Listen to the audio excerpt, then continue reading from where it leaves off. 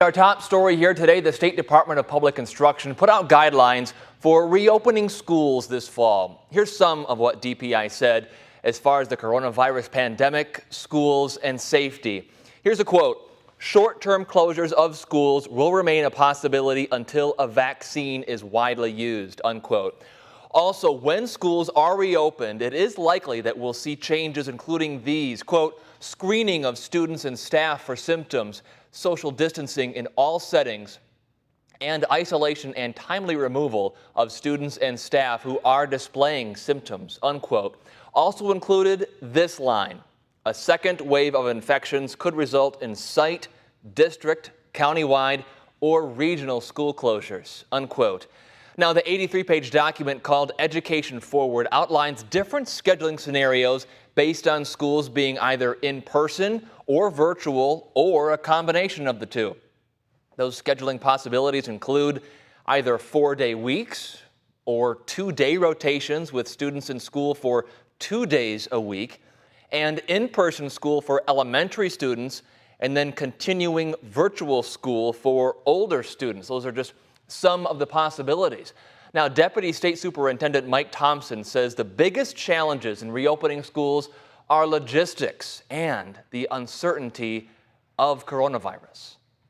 Parents are going to have to be partners in all of this. They're going to have to be partners in ensuring they don't send their kids to school sick. They have to ensure that if there's protocols in place that the school wants to have in place for kids, like wearing facial masks, that the parents are supportive of those efforts. With so many scenarios in consideration to attempt to safely reopen schools this fall, tonight NBC 26's Rachel Hotmeyer talked to some local parents about their thoughts on DPI's new guidelines. Today, if you told me school opens tomorrow, I'll tell you right now, sweetheart, I'm keeping them home. Today, Wisconsin's Department of Public Instruction released Education Forward. There are 3 tiers of learning styles ranging from in-person to completely virtual, and multiple schedules to consider if in-person instruction resumes. I like the 4 days a week. That would be wonderful with a nice cleanup day on Friday or Monday or whichever day they decide, or middle of the week. I thought that was kind of a neat model. If it's still looking real icky, I did like their model where they had kids in school for like the Monday, Tuesday, cleaned on a Wednesday, swapped those kids out, and then had those kiddos go home for Thursday and Friday.